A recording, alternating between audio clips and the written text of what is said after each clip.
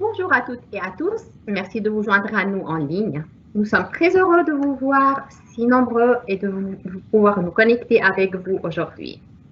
Je m'appelle Nivert, je travaille à la Bibliothèque des Nations Unies à Genève pour l'espace commun Savoir et Formation que vous connaissez tous avec sous le nom des Commons à l'ONU Genève. Pour ceux qui ne connaissent pas encore bien l'espace commun Savoir et Formation, nous sommes un espace de collaboration et de partage des connaissances à travers différents thèmes du développement professionnel et du multilatéralisme.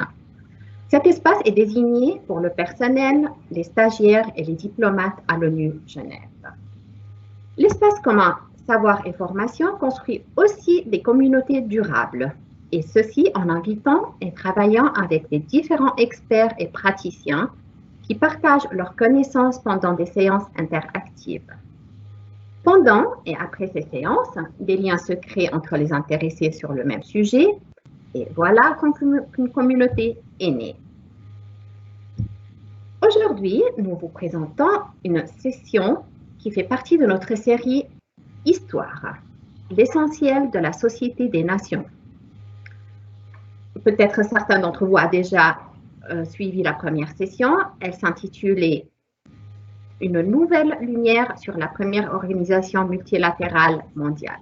Elle a eu lieu en septembre, mais pour ceux qui ne l'ont pas pu ou ceux qui ne savaient pas, elle se trouve sur notre site internet et vous pouvez toujours la suivre sur le lien de l'activité sur le calendrier.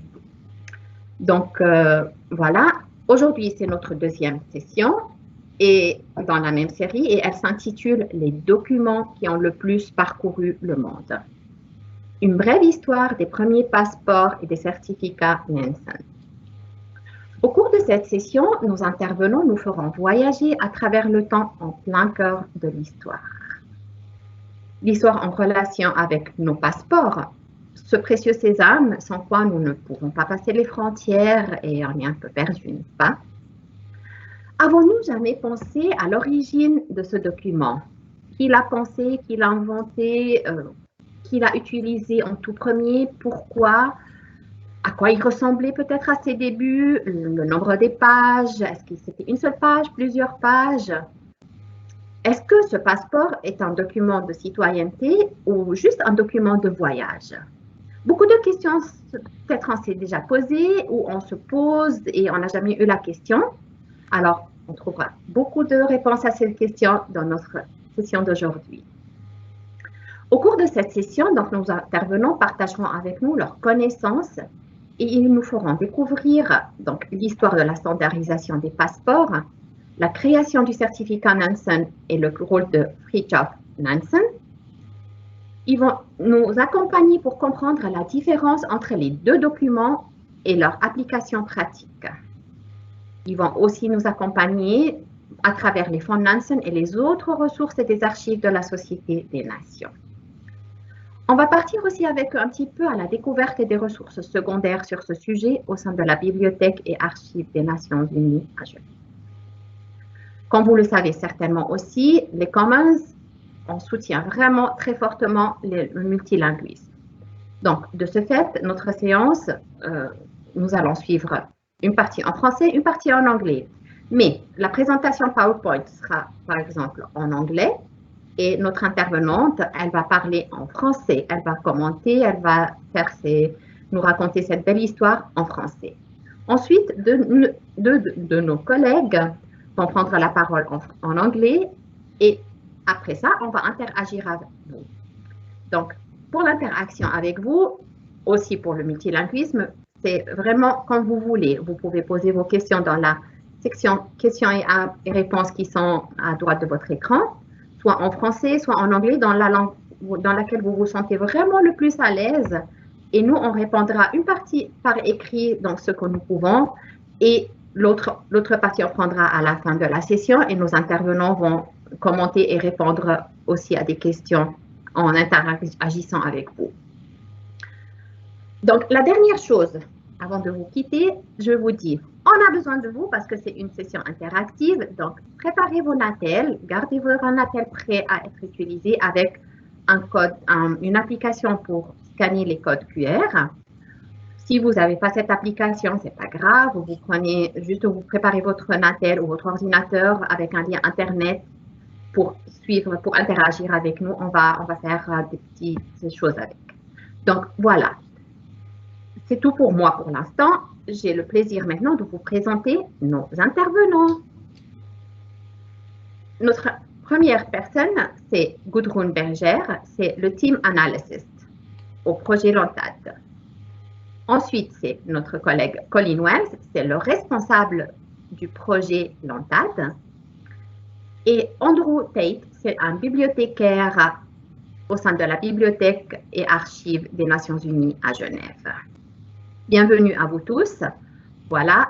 Pour ceux qui ne connaissent pas aussi le LANTAD, une toute petite histoire sur le LANTAD, c'est un projet d'accès numérique total aux archives de la Société des Nations.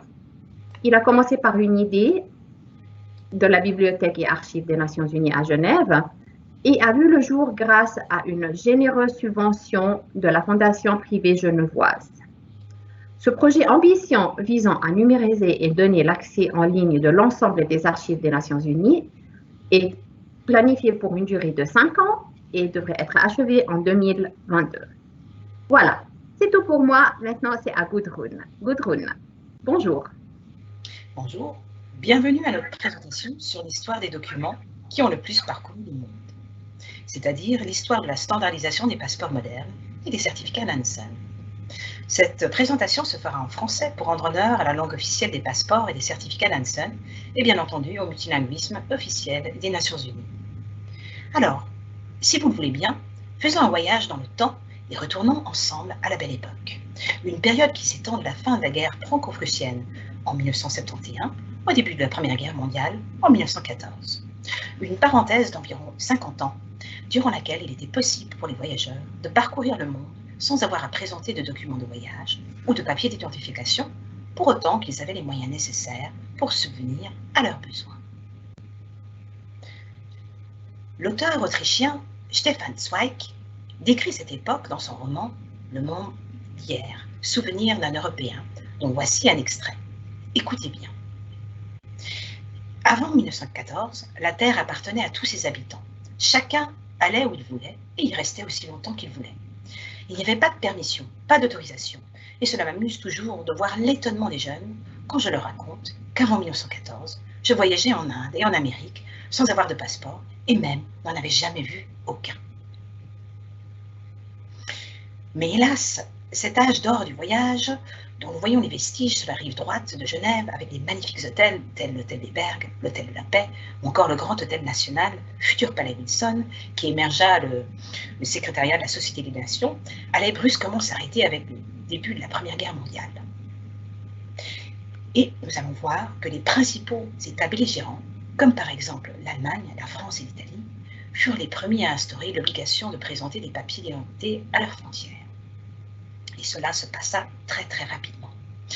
À peine quelques jours après le début des hostilités, l'Empire allemand contrôle dès le 31 juillet 1914 ce qui entre dans son territoire.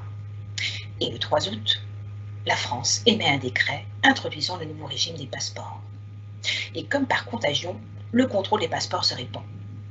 À partir de 1916, viennent s'y joindre les pays neutres, l'Espagne, le Danemark, la Suisse. Aux États-Unis d'Amérique, l'obligation est promulguée en 1918, quelques mois avant la fin du conflit.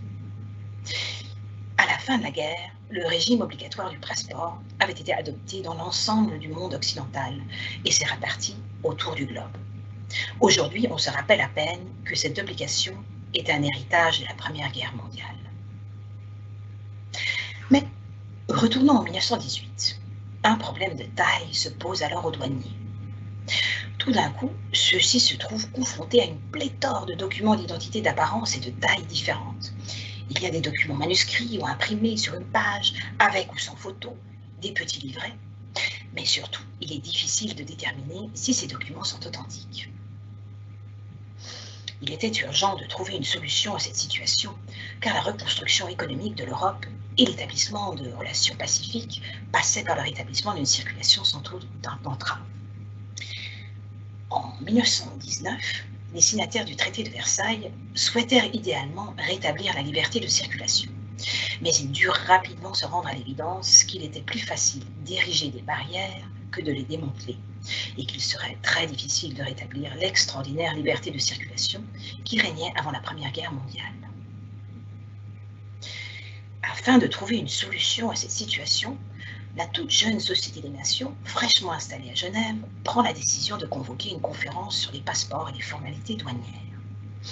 La section des communications et du transit de la Société des Nations organisa alors en 1920 à Paris une conférence. Durant cette conférence, il s'avéra que la suppression des passeports et un retour au régime d'avant-guerre s'avéraient impossibles. Pour remédier à cet état de choses, il fut décidé d'adopter un modèle uniforme de passeport international, une sorte de template permettant de faciliter les contrôles douaniers. Le document devait contenir un descriptif des caractéristiques physiques du titulaire, son lieu de naissance, sa profession, son lieu de résidence et ses caractéristiques physiques. Il fut décidé que le passeport allait prendre la forme d'un petit livret mesurant 15,5 sur 10,5 cm et qui contiendrait 32 pages.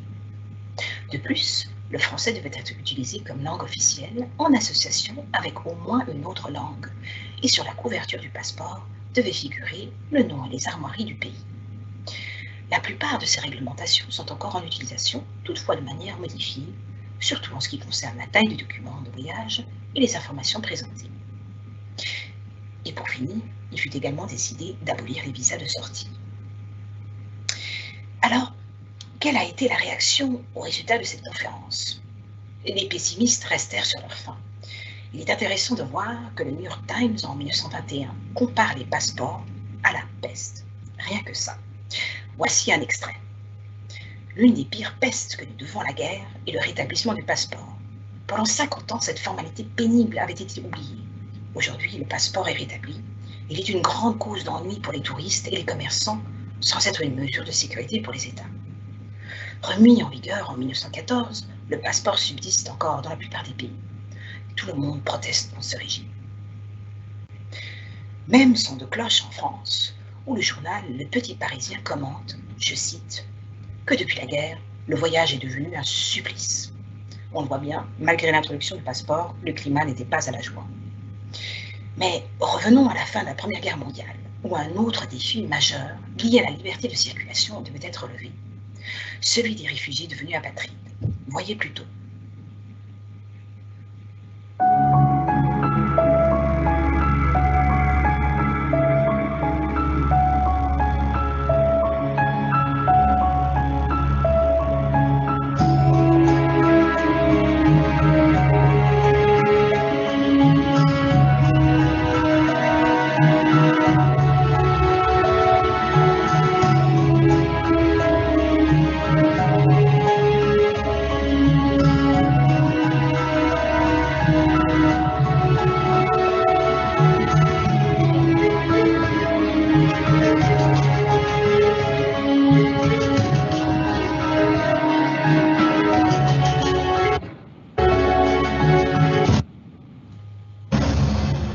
What connects these stories?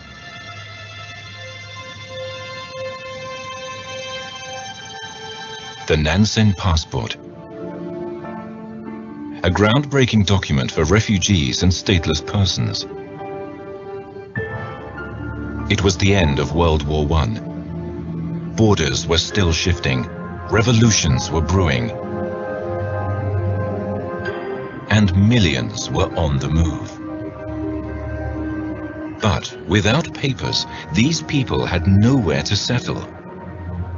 Fridtjof Nansen at the League of Nations championed an innovative idea, the Nansen Passport.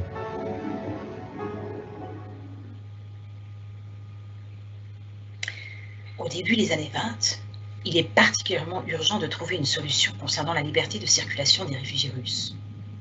On estime entre 1 et 3 millions le nombre de Russes ayant fui leur pays pour s'établir provisoirement à Constantinople, Prague, Vienne ou Berlin.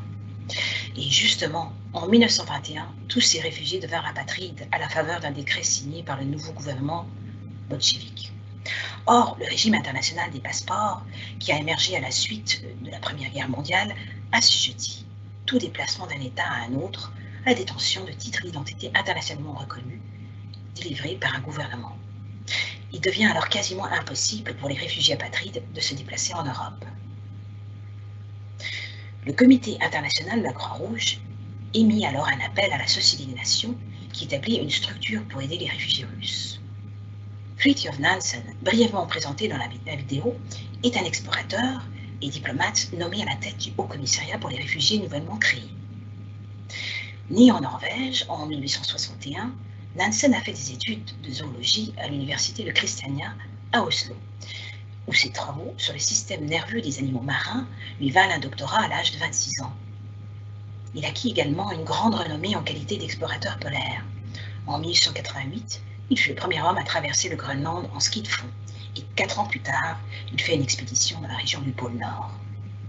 Mais Nansen acquit aussi un prestige considérable en tant que diplomate représentant son pays, la Norvège, dans les différends l'opposant à la Suède et en tant qu'ambassadeur au Royaume-Uni. Il prit la tête de la délégation norvégienne auprès de la Société des Nations. En 1920, la Société des Nations lui confie la tâche fort délicate de trouver une solution au problème des déplacés, des prisonniers de guerre et des réfugiés apatrides. Nansen arriva à négocier le rapatriement de plus de 400 000 prisonniers de guerre, principalement de Sibérie et d'Allemagne, sur fond de famine. Il fut profondément marqué par la situation et déclara « Jamais de ma vie, je n'ai été en contact avec autant de souffrance. » Pour ce qui est des réfugiés apatrides, Nansen saisit parfaitement que l'un de leurs principaux problèmes était l'absence de documents d'identité internationalement valides. En 1922, il convoque une conférence au secrétariat de la Société des Nations à Genève. Diplomate et négociateur hors pair, il obtient un accord pour créer un titre de voyage provisoire pour personnes apatrides, aussi connu sous le nom de passeport ou certificat Nansen. Ce document pouvait être valide jusqu'à une année et était renouvelable. La vente de timbres Nansen pour 5 francs était requise pour renouveler le passeport et les recettes versées sur un fonds à l'aide des réfugiés. L'établissement d'un passeport Nansen se faisait en 2 temps. Tout d'abord, l'identité du réfugié apatride était certifiée dans un bureau local de la Société des Nations s'occupant des questions liées aux réfugiés au bureau Nansen. Cette certification pouvait se faire à l'aide de documents d'identité préexistants ou de témoins. Lorsqu'une certification était établie, cette dernière était envoyée à l'autorité du pays d'accueil qui délivrait les passeports Nansen. Le plus souvent, cette dernière était rattachée à un bureau de police. Nous exposons actuellement dans notre musée au Palais des Nations un certificat issu du bureau de la Société des Nations à Berlin, section des réfugiés, certifiant que le célèbre écrivain Vladimir Nabokov aurait détenu la nationalité russe.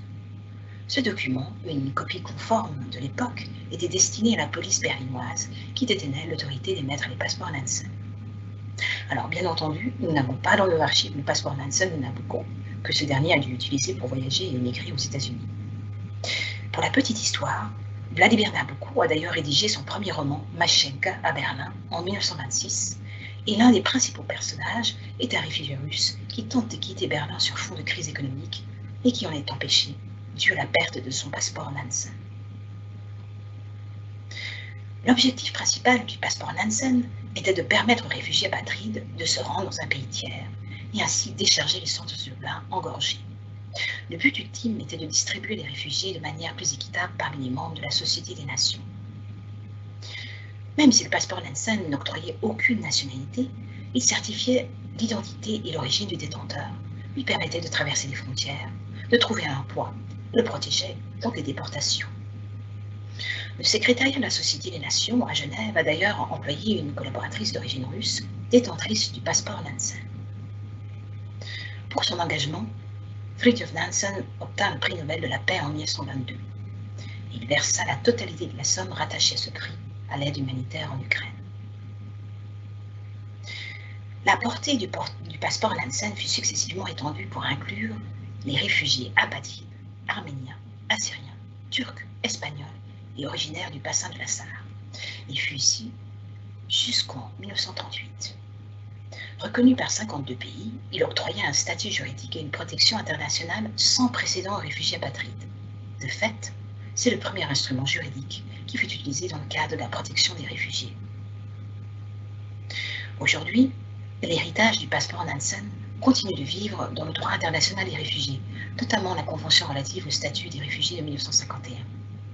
Ainsi, les 145 États qui ont ratifié cette convention sont tenus de délivrer un titre de voyage aux réfugiés reconnus. La même disposition s'applique aux apatrides résidant sur le territoire des États contractants, en vertu de la Convention relative au statut des apatrides de 1954. Encore quelques mots sur l'évolution en matière de passeports et de leur standardisation. Après la Deuxième Guerre mondiale, l'ONU réactive la question de l'abolition des passeports en 1947, lors d'une réunion préparatoire à une conférence, sans succès d'ailleurs. La même année, la standardisation des passeports est placée sous la responsabilité de l'Organisation de l'aviation civile internationale CIS à Montréal, qui, à ce jour, est toujours responsable des standards en matière de passeports. En 1963, une nouvelle tentative aura lieu dans le cadre de la conférence sur les voyages internationaux et le tourisme, hélas sans plus de succès. Aujourd'hui, on peut dire que le régime du passeport semble avoir été universellement intégré et plus personne ne le conteste. Il semble bien que le petit livret qui nous accompagne lors de nos voyages a encore de beaux jours devant lui. Nous approchons de la fin de cette présentation et vous êtes en droit de vous poser la question, mais sous quelle forme les passeports avaient-ils existé avant 1920? Alors, des documents de voyage ont existé et ce depuis l'Antiquité. Ainsi, on sait qu'un délégué du roi de Perse, Artaxerxès, a utilisé en 450 avant Jésus-Christ un laissez-passer pour se rendre en Judée. Le terme passeport lui-même remonte au XVe siècle et était plutôt en relation avec la libre circulation des marchandises. Le mot ne viendrait pas de port maritime, mais de porte fortifiée des villes. On a affaire ici, tout d'abord, à une autorisation d'importer des marchandises, qui devient rapidement un document de voyage. Et les premiers passeports de ce type, nouveaux, furent introduits par les Anglais sous Henri V, au XVe siècle. Alors, à quoi ressemblaient les premiers passeports européens? Typiquement, il s'agissait d'un morceau de papier manuscrit, ici par un seigneur, une administration ou un haut gradé militaire. Le but principal n'était pas d'identifier, mais de servir de lettre de recommandation et de laisser passer lors d'un voyage en terre étrangère. Puis, pendant la Belle Époque, s'instaure le régime du laisser-faire, très apprécié. Mais quelle en a été la cause? Pourquoi y a-t-il eu un âge d'or du voyage? En fait, l'extension soudaine du réseau de chemin de fer après 1850 augmenta à un tel point le nombre de voyageurs et accéléra la rapidité des déplacements qu'il rendu le contrôle d'identité difficile. Et ceci eut pour effet de diluer le régime du passeport et dopa la libre circulation. En guise de conclusion, j'aimerais attirer votre attention sur le fait que les archives de la Société des Nations détiennent des exemplaires des premiers certificats Nansen, ainsi que des premiers passeports standardisés modernes, qui sont les témoins de l'histoire et de l'identité de leurs propriétaires. Et vous êtes bien entendu la bienvenue de venir découvrir ces trésors sur place, dès que la situation sanitaire le permettra. Mon collègue Colin Waits, qui est responsable du projet de digitalisation de l'ensemble des archives de la Société des Nations, actuellement en cours, va vous présenter plus en détail ces archives, et notamment le fonds Nansen, ainsi que les documents que l'on peut y trouver. Colin, c'est à toi. Merci beaucoup, Gudrun, pour cette histoire très intéressante et enrichissante. Juste pour notre collègue ici, je vais changer vers l'anglais pour ma partie de la présentation, mais n'hésitez pas à poser vos questions soit en français, soit en anglais. Thanks again, Gudrun, for this very interesting presentation and history. And I'm just going to take a few minutes to discuss the resources that we have available here at the Library and Archives regarding these issues, particularly related to the Nansen passport, excuse me. The materials on refugees at the League of Nations Archives continue to be some of the most heavily used portions of our archives, and it's also one of the areas where we get a large number of requests, not only from our sort of more typical academic researchers, but also from the general public who may be trying to trace their family history. So for us, it's quite an interesting and sort of lively portion of the collection. The archives here at the Library and Archives Geneva maintain the complete collection of archives and records relating to the League activities, of course, including those relating to refugees.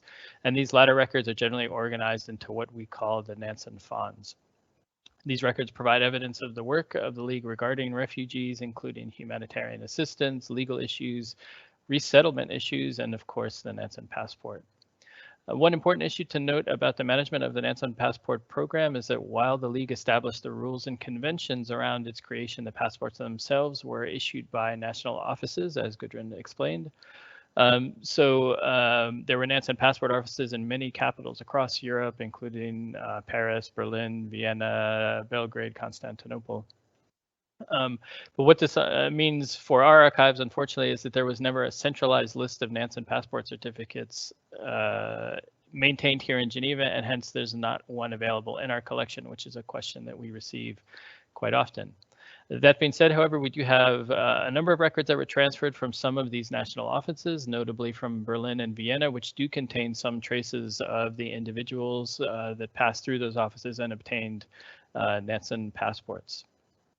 Also, other archives, including some national archives as well, notably as the Office Français pour la Protection des Réfugiés et Apatrides, still maintain their own Nansen records and have some of that material available online. Just to go quickly through some of the resources we have available, the first to highlight is the General Archives Catalog, which contains all of the descriptive data from the League of Nations archives. I would also point people to the League of Nations Archives Research Guide, which is an excellent source to learn about the archives generally, and importantly, how to conduct research within the archives. And although the catalog is still a work in process, we have completed all of the Nansen Fonds, and this is the category under which the majority of documents related to refugees is organized. The main entry for that Nansen Fonds description you'll see here, and you can access that directly by using the link provided. Lastly, of course, the LANTAD project has been very busy with our digitization project, and we have already scanned more than 9 million pages of the collection, and again, including the entirety of the Nansen Fonds. And as a result of the COVID situation, we have granted access to researchers to the digitized material already done on a request basis, however. So if you're interested in having access to the material, please simply send us a request via our Ask an Archivist platform, the link for which you see here as well, and we'll be happy to give you that access. Also, anybody at any point that has any questions about accessing the archives can, of course, contact our staff here at the Library and Archives, and we'll be happy to help you as we can. Thanks again to the organizers for providing this opportunity to us, and I will now pass to my colleague Andrew, who will discuss resources available at the library. All right, thank you, Colin. As Colin mentioned, I'm going to focus specifically on library resources that we have available for you. So as a general introduction, I recommend two excellent points in particular. Sorry, Andrew. So first, sorry, can you the audio is not very great. Can you just try to adjust? I'm sorry. Sure. I'm going to turn off my camera for the time being, and I hope that should fix the issue. I'm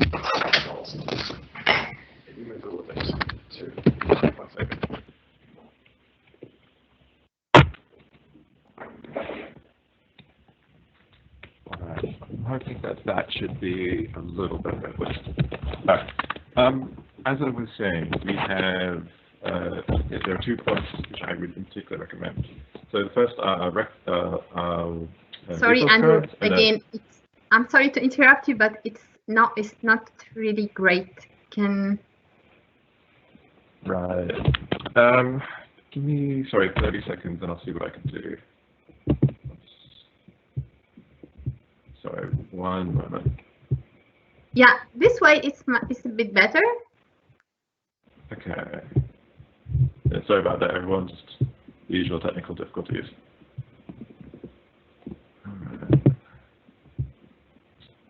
Okay, I hope that should be a little better at least. Yeah, that's okay. Is that a little better now? Yeah, okay, much better. Thanks. All right, thanks everyone. Apologies for that. Right, so okay, the 2 resource guides in question that I would particularly recommend. First is the City of Nansen resource guide, for like the obvious reason, because it's about the City of Nansen, and it contains links to external resources, but also our own holdings within the library, which include things like works that were actually written by Fridtjof Nansen himself, or we also have works also on Nansen as a subject area, but also on like the history of passports, big nations and passports, etc.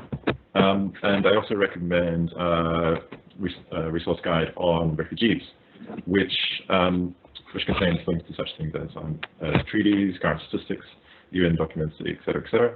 And I also should point you towards a catalog, which we call Global Search, which is a modern library catalog complete with advanced search options, which allows you to quickly hone down results and find exactly what you want. On the next slide is the research guide on Fridtjof Nansen, and includes things that I was mentioning before. But given the broad nature of the audience today, I've recently just updated it with a list of open access resources and example searches from the catalog as well. Now, on the next slide, I have the research guide for refugees, which, as mentioned, contains links to the treaties and relevant databases and stats on refugees and what has happened with the UN over time. And on the final slide, I have an example search from our catalog, and you can see here that I've done a search on Fridtjof Nansen himself, and I've also included the keyword refugees. And importantly for the audience in question today is that I've also included, you can see on the very left there, an option for looking at just open access resources. Now, a good tip when searching for a particular topic in question is always just to think about different ways that you can approach the particular topic. So, for example, like if you want to find out more information on passports and Nansen, for example, it might be good to do a search on the Russian refugee crisis of the 1920s, and maybe combine that with Nansen or passports. Right? And all right, thank you for your time, and I will now hand back to my colleagues. Thank you.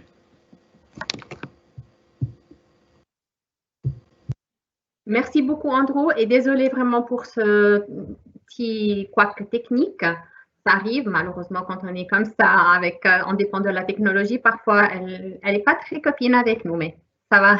J'espère que vous avez quand même pu voir les ressources. De toute façon, vous avez tous ces liens à la fin, donc vous pouvez toujours les consulter et suivre avec nous. Alors, merci aussi à Gudrun pour cette présentation très, très intéressante. Ça nous a amené vraiment loin dans l'histoire, ça nous a amené à travers des siècles, des faits historiques très intéressants. Merci beaucoup, Gudrun. Merci, Colleen, aussi de partager avec nous tout le travail magnifique que vous faites et les fonds Nansen qui sont à disposition. C'était vraiment très, très intéressant et très enrichissant. Je pense que toute l'audience comme moi, une fois qu'on va voyager, qu'on pourra commencer à voyager de nouveau, on regardera nos passeports avec des yeux différents. Ah, ce passeport, il a une histoire. Ah, c'est passé comme ça. Donc, merci beaucoup de partager ça avec nous.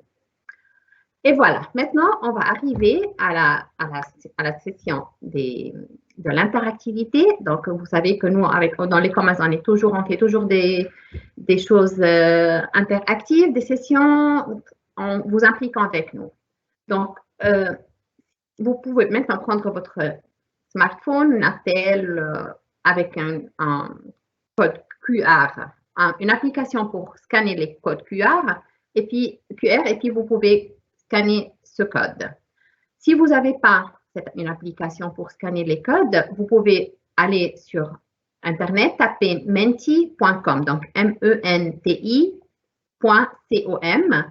et le code de la session, c'est le 8799258. Donc, on vous donne juste quelques secondes pour préparer ça, pour scanner et tout. Et on attend juste les retardataires, s'il y en a encore, les gens qui ont des problèmes de connexion aussi, peut-être comme Andrew. Voilà. Alors, la première question, si vous avez réussi à scanner le code, la première question, c'est « Which goal was not achieved at the 1920 Passport Conference? Was it the abolition of the passport regime, the abolition of exit visas, or the creation of an international passport? What do you think? You can type 1, 2, or 3, and you can choose the answer you think is correct after this presentation.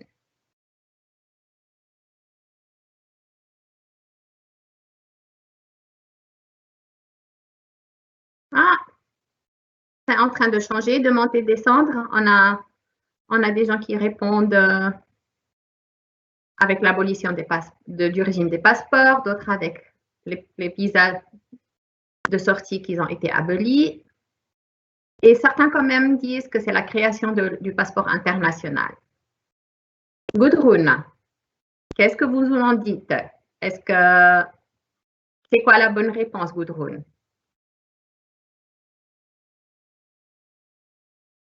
Malheureusement, on ne vous entend pas, Gudrun.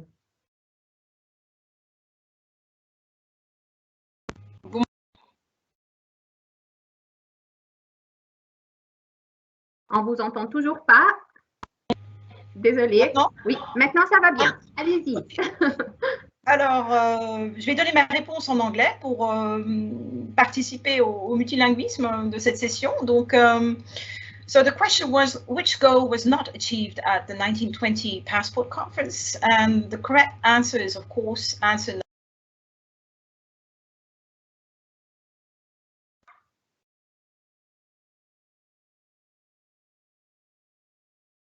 Gudrun, désolée. De nouveau, we cannot hear you. I'm sorry. Is it okay now? Yes, now it's okay. Thanks. That's bizarre. It switches off. Anyway, so yeah, the correct answer is, of course, answer number 1, the abolition of the passport regime, which was not achieved at the Paris International Conference on Passports and Customs Formalities. And well, prior to the conference, optimists had hoped that they could restore pre-war conditions, but it soon became obvious that it was absolutely impossible. Nevertheless, the 22 governments represented at the conference agreed to adopt a common passport template, and it was also agreed to abolish exit visas. So these 2 decisions were taken, amongst others. And now let's move to the next section, to the next question, pardon. So our next question is, which option does not apply to the Nansen passports? Was it a legal instrument for the protection of refugee? Was it the acquisition of a nationality or a protection against deportations? What do you think? You have 3 answers and one of them do not apply to the Nansen passport.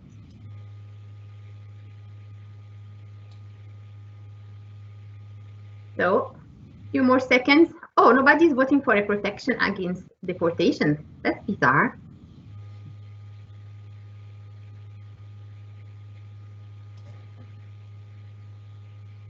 So, Gudrun, any comments, any details? So the question is, which option does not apply to the Nansen passport? And the correct answer here is answer number 2. The acquisition of a nationality does not apply to the Nansen passport. The Nansen passport certificate allows holders to cross borders, to find work, and to be protected against deportation. And just a few words here to stress the difference between a conventional passport and a Nansen passport. A passport is a document, a travel document issued by a country's government that certifies the identity and the nationality of its holder for the purpose of international travel. And there's a strong link between passport and nationality or citizenship. A passport is not only a certificate of identity, it is also a certificate of affiliation. A travel document like the Nansen passport is not a standard passport, but it enables the holder to travel. It is to travel to countries that recognize the travel document, obviously. And stateless persons or refugees are unlikely at first to be issued a national passport, but they may be able to obtain refugee travel documents.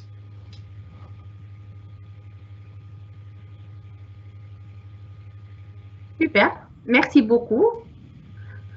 Voilà, donc maintenant, on passe à la partie où vous pouvez poser vos questions. On a déjà reçu plein de questions. On vous remercie pour votre interactivité avec nous. Donc, Une première question, je ne sais pas, peut-être c'est pour... Allez, Gudrun, pourriez-vous vous dire un peu plus sur le personnage de Fridtjof Nansen, son côté personnalité, les choses qu'on ne trouvera pas sans vous? Alors en fait, Fridtjof Nansen est vraiment un personnage hors du commun qui a marqué la fin du 19e et le début du 20e siècle. Et on peut dire qu'il a porté 5 casquettes avec brio. Alors, la première casquette, c'est celle du sportif accompli. À 18 ans, il bat le record du monde de patinage sur distance d'1 mile, ce qui correspond à peu près à 1,6 km. Et il remportera pendant 11 ans de suite le championnat national en Norvège de ski de fond. Donc, c'est un athlète accompli. Sa deuxième casquette, c'est celle de l'explorateur. Alors, comme déjà mentionné durant la présentation, il a traversé le Groenland en ski de fond, ce qui est quand même une performance assez extraordinaire. Et il a fait plusieurs expéditions dans la région du pôle Nord. Et la troisième casquette, c'est que c'est un intellectuel absolument reconnu, qui a rédigé donc une thèse sur le système nerveux des animaux marins et qui est devenu conservateur du musée d'histoire naturelle à Bergen et à qui on a confié la chaire de zoologie à l'université de Christiania à Oslo. C'est aussi, en fait, on le considère comme le père moderne de la neurologie, dû à ses travaux. Et il a fait des travaux aussi assez importants en océanologie.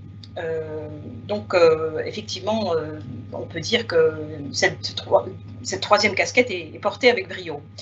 La quatrième, c'est celle du diplomate et du négociateur hors pair.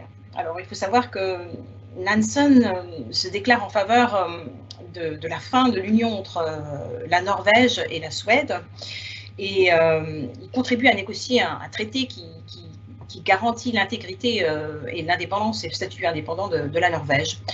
Et il va également participer aux négociations avec le gouvernement bolchevique pour faciliter le rapatriement des prisonniers de guerre.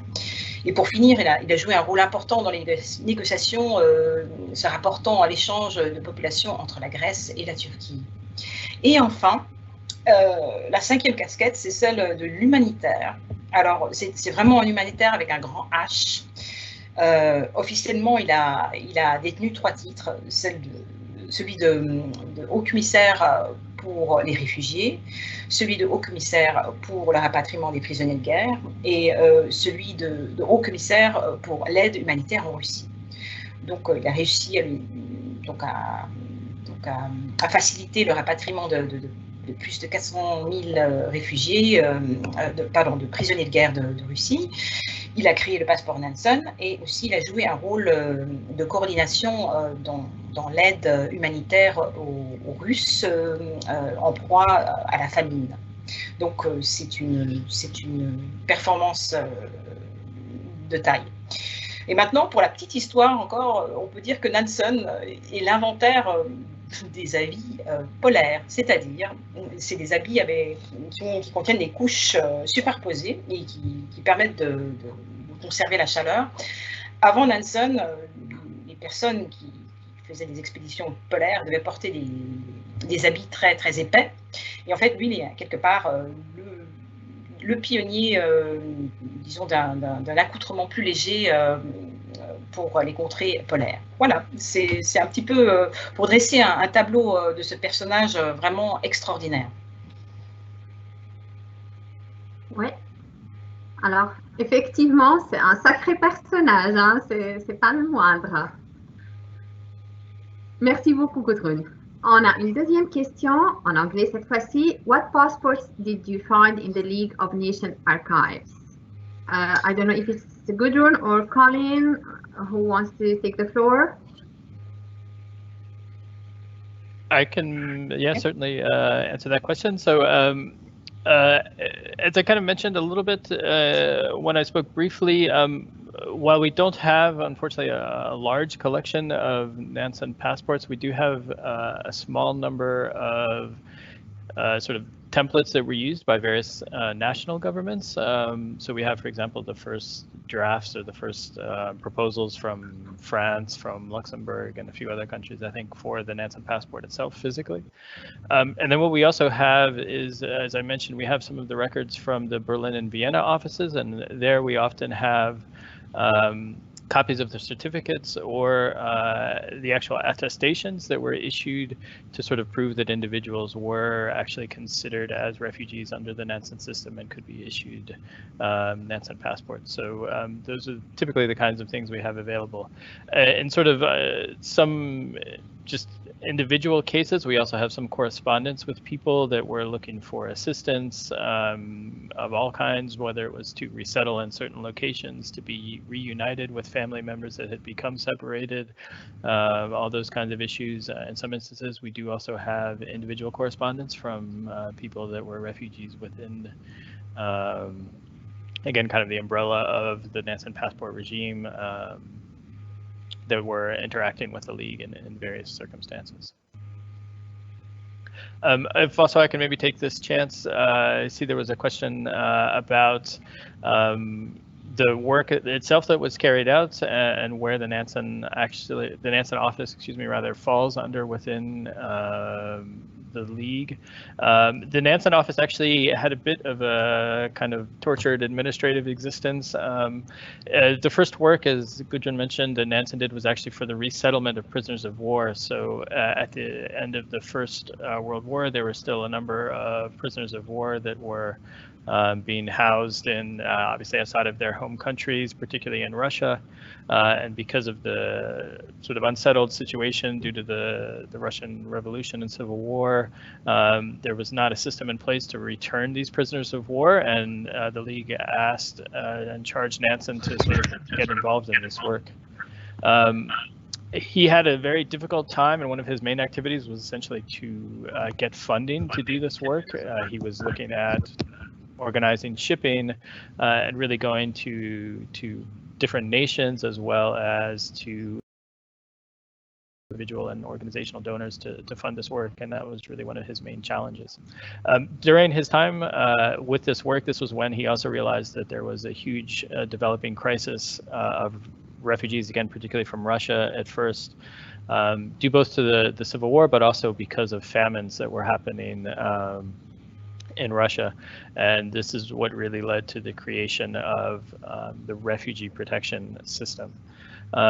Again, the kind of work that he was involved with was everything from organizing humanitarian assistance to legal questions. Obviously, the 1922 conference that established the Nansen passport was probably foremost among the legal activities. But also there were a lot of resettlement sort of discussions underway with various national offices. I know, for example, in Brazil, there were several proposals made to resettle refugees from Europe into Brazil as a way to sort of contribute as laborers to what was a very underdeveloped economy at the time. So all this work was done under the Nansen office. After Nansen's death in 1931, I think, or 1932, the office was renamed the Nansen office. It was actually for a time managed under the International Labor Organization. So our archives actually reflect a little bit of this complexity. So, and it's also one of the reasons we have the Nansen funds separated a bit from the rest of the League archives. It was sort of, again, sent to be managed under the ILO and then returned at one point back into the auspices of the League Secretariat. Also, I would mention in 1930, sorry, I'm going to forget the date, 1934, I think, the League also created the Office for Refugees coming from Germany, and this was an important institution that was done to address the issue related to particularly Jewish refugees, but also other political and other refugees fleeing from Germany under the Nazi regime. Unfortunately, the efforts of the High Commissioner for German Refugees were not very fruitful, and he actually resigned in protest because of the lack of international interest in aiding these refugees. And we have a very interesting document, which is his resignation letter. It was Sorry, I'm blanking on his name right now.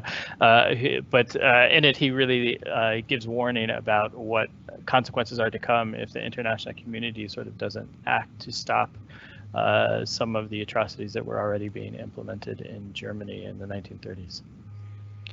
I think I'll stop there. Thank you very much, Colin. That was really interesting. Thank you very much. One more question in French. Comment se passait exactement l'établissement d'un passeport Nansen? Est-ce qu'on a une réponse? On savait exactement comment ils établissaient ces passeports à l'époque?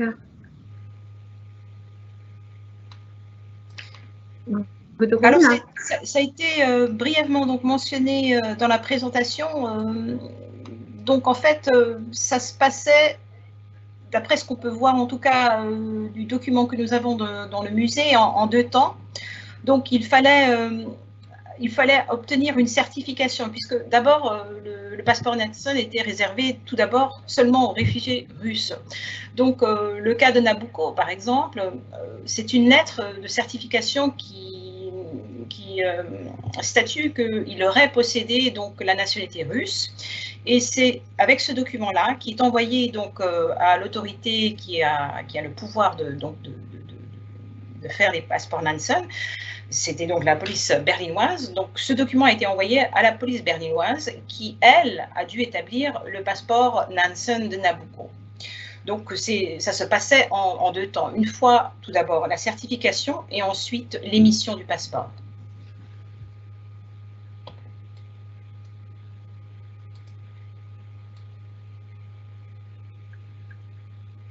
Merci beaucoup, Gudrun. Ouais, on apprend plein de choses aujourd'hui. OK. Can you tell us something about the color of the passports? Gudrun, we know that there are many colors of passports. Where does it come from? Why and who and when? Well, the color of passports, it's quite surprising because there's no official rule as regards the color of passports, and it has never been standardized. Actually, there are 4 main colors in use, which is red, which are red, blue, green, and black.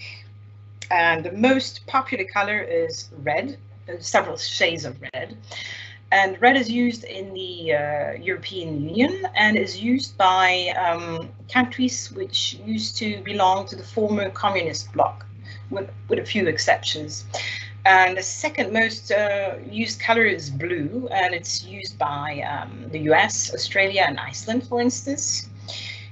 Green is more of a cultural color, and it is used mostly by countries which are mostly Muslim. And black is perhaps the rarest color, and it is used in New Zealand and in certain sub-Saharan African countries. But again, this is like something which has never been standardized, and it seems that only 4 colors are being used currently. Ah, ok, super. Et encore une question, y avait-il des passeports avant 1920? Oui, alors on a touché cette question aussi dans la présentation. Alors effectivement, il y avait quelque chose qui ressemblait, c'était pas un passeport dans le sens où il y avait un lien avec une citoyenneté ou une nationalité, mais plutôt des laissez-passer, des recommandations, donc qui existaient déjà du temps de l'Antiquité. Et ça s'est transformé donc au Moyen Âge pour en fait aussi servir de laisser-passer pour le transport des marchandises. Et, mais c'est toujours resté quand même, ensuite ça a été appliqué aux personnes et c'est resté quand même toujours, disons, quelque chose plutôt qui ressemblait à un laisser-passer. Ce n'est que, en fait, après la Belle Époque, donc cette époque vraiment bénie du voyage libre, qu'on voit émerger un passeport où il y a un lien très très fort avec une nationalité ou une citoyenneté. Donc, on voit plusieurs stades, mais effectivement, le concept d'un papier qui permette de traverser des contrées ou des pays est très, très ancien et remonte à l'Antiquité. Super. Merci, Gudrun. On a beaucoup de questions. On va prendre encore juste une petite dernière avant de conclure et finir cette session. C'est pour, je pense, Colin, do you know how many people have worked for the Nansen office in Geneva at the time? Do you have this information? Not unfortunately offhand, but we definitely could find out that information. There were, of course, staff lists maintained by the league. It would require a little bit of research just to go through those lists and figure out exactly how many staff were actually managed. The league, I think at its largest point, employed about 700 to 800 people here in Geneva. And obviously the league was one of about 14 or 15 different, or the Nansen office was one of about 14 or 15 different administrative sections. So, you know, just a very rough guess would be maybe something like 10 or 15 people on a sort of permanent basis. But again, the Nansen office also operated external offices to the league, to the headquarters of the league in Geneva. So there were probably additional people considered to be part of that section. Also, if I can see, there were a couple questions about who to contact to find some more information, as well as where to access some of the documents related to the conferences. The first question is, if you take a look at the presentation, which will be made available on the KLC website after the end of the presentation. In fact, you could just use the Ask an Archivist link and submit us a request, and we would be happy to see if we could find a trace or to explain how you can even go directly into the catalog to do some research as well. And then another question I saw about how to access documents from these conferences. I would assume particularly the 1920 and 1922 conferences that were mentioned during the course of the presentation. So these official documents are in the process of being scanned right now, which means that they're unfortunately not quite available yet, although we may have some copies of some reports. The official documents of the league, like the UN official documents, can be a rather complex collection, and sometimes documents were issued as parts of multiple series. So we may have some documents within, for example, the Council and Assembly documents, which have already been scanned, but the bulk of these materials have not yet been scanned, so might not be available for another little while here, but certainly would be available at the end of the project again, which is expected in 2022. In any case, if you have specific documents or things you'd like to look at, you can always let us know. And if you happen to be a UN staff member or have an urgent need, we can see about the possibility of making a research appointment here on site.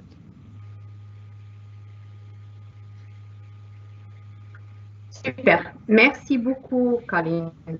Voilà, pour les ressources de cette session, vous pouvez toujours revenir sur notre site internet, donc commonsungeneva.org, et vous allez trouver toutes les ressources sur ce lien. On va vous le mettre aussi dans le chat, donc vous allez pouvoir l'accéder, il n'y a pas de problème.